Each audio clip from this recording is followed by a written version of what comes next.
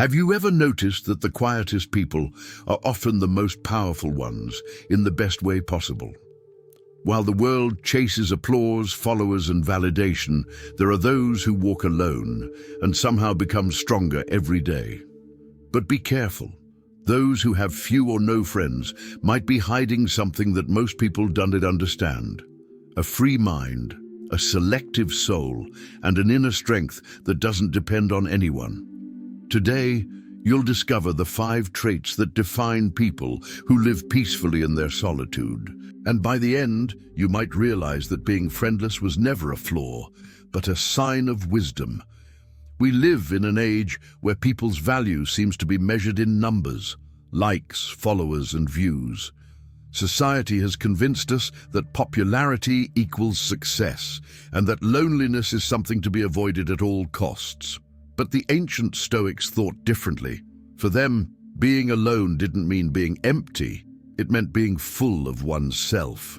Marcus Aurelius once wrote, "Withdraw into yourself. The virtuous man finds refuge in his own soul." Seneca reminded us that nothing is freer than the person who is self-sufficient. And Epictetus taught that the only approval that matters is the approval of your own conscience. True strength doesn't come from being admired, it comes from being whole, even when no one is watching. Now let's explore the 5 traits that most people with few or no close friends share, and how these traits reveal a mature, authentic, and resilient mind. Each one of them can be practiced, starting today. Trait 1. Authenticity. In a world where almost everyone wears masks to fit in, people with few friends have chosen a different path, the path of truth. They don't fake their personality to belong, nor bend their opinions to please others. They are authentic, even when it costs them applause. Many mistake solitude for social weakness, but in reality, it's an act of courage. Those who choose authenticity inevitably lose the false and attract the real. Authenticity means having an internal compass that can't be bought by compliments or bent by trends. These people have a sincere relationship with their conscience. If a friendship demands that they betray their values, it's the friendship that must end, not their integrity. It's not arrogance, it's self-respect. It's the courage to say no when everyone else says yes, and to stand by your truth, even in silence. In everyday life, authenticity shows up in small moments. It's the coworker who refuses gossip, even if it costs popularity. It's the woman who says no to things that don't align with her principles. It is the man who studies on Friday night instead of partying because he knows what he is building. Authenticity doesn't create crowds. It creates alignment between your heart and your actions. Trait 2. Independence. People with few friends often have a deep sense of inner strength that makes them self-reliant. They don't depend on others to feel complete, nor need constant attention to feel seen. They have discovered something rare, the freedom of not needing. While many fear being alone, these people have turned solitude into a space of self-mastery. Seneca said, "He who is content with himself is truly rich," and these people are indeed rich, not in possessions, but in presence. Independence doesn't mean isolation, it means maturity. It's the ability to make decisions without needing approval, to accept mistakes without shifting blame, to organize life without waiting for rescue. In daily life, independence means managing your time, your money, your energy. It means learning skills that free you from dependence. It's choosing to talk to someone out of joy, not out of fear. Those who are independent choose friendship from connection, not from need, and that's why their bonds are pure. Trait 3. Selectivity. Having few friends isn't a sign of arrogance, it's a sign of emotional intelligence. Those who choose carefully who they let into their lives understand that energy is sacred and shouldn't be shared with just anyone. They don't seek friendships to fill a void, but to share abundance. They prefer depth over quantity. Selective people know when a conversation isn't nourishing, when someone's energy drains them, and when it's time to walk away gracefully. They understand that true connections rest on three pillars: admiration, respect, and safety. If one of them breaks, the whole structure collapses. Think of a master chef choosing ingredients.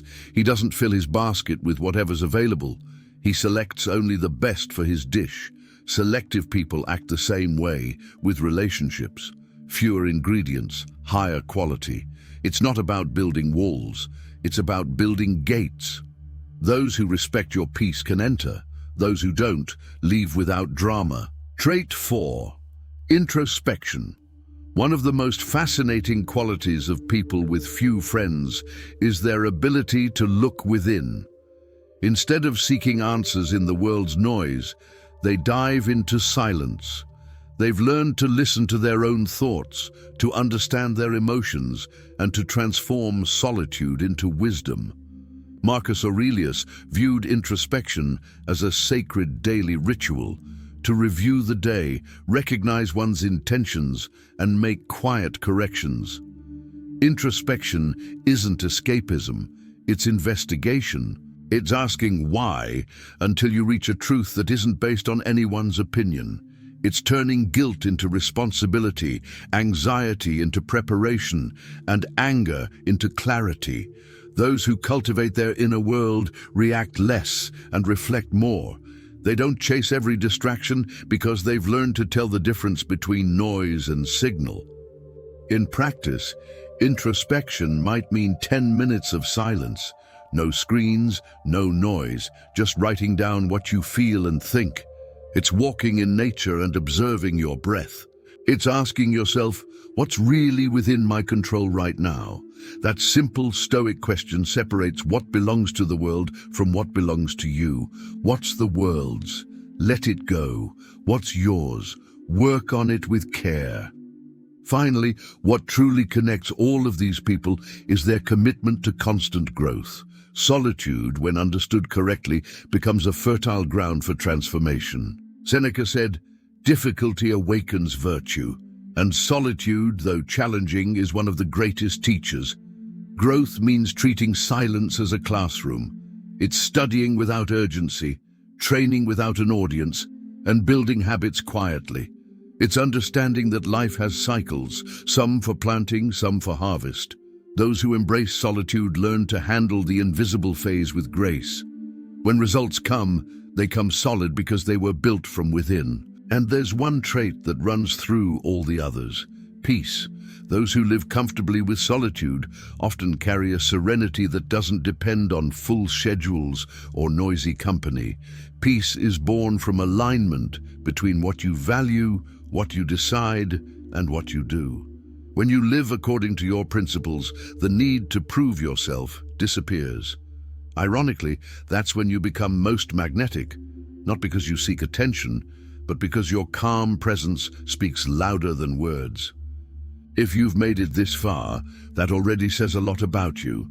Maybe you saw yourself in some of these traits or thought of someone who lives this way.